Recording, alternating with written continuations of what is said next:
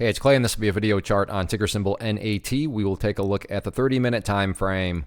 Real quick, what do I mean by 30-minute in case maybe you're new to charts? Instead of each one of these candlesticks here representing 1 day's worth of price action, which is what you would normally see, each one represents 30 minutes. So this here may look like several days worth of time. It's actually today's price action broken down into 30-minute time slices. I like to do this time frame. It does a good job of telling the quote-unquote story of the price, and then just makes mapping out where levels of support and resistance a bit easier to see.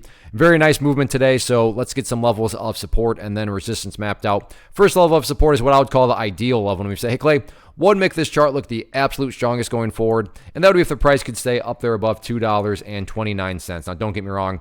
If the price falls below $2.29, I'm not saying everything is totally destroyed or ruined or anything like that. But yeah, if the price could stay above there, that would be a massive sign of power going forward. Taking a step back and looking at all this from the bigger picture point of view, that is where the purple line comes into play, the famous 50-period simple moving average. Keyword being moving. As time goes on, this line is going to move itself higher and higher. So a very straightforward way to gauge the health of the move. That right there I'm defining as the move. Just watch that purple line. As long as the price stays above that line, as the line itself moves higher and higher, then the bulls are in full control, the bulls are in full health. However you must visualize that, that is what is being represented. Again, yeah, staying above 229 would be great, but from the grand scheme of it all, as long as the price is up above that purple line, then the bulls 100% own the chart. What about levels of resistance going forward? For this, going to have to squeeze down the chart here a little bit. A good problem to have when you have to go back this far into a chart's history. So there we are. So next key level after 229, going to be right up there at $2.37. And in case this beast move continues after that level, then the next key overarching level right up there at about $2.45. All in all, though, from the big picture point of view, resistance levels don't matter. What do I mean by that? Well, what matters the most is what the price has already been doing, and that is this right here.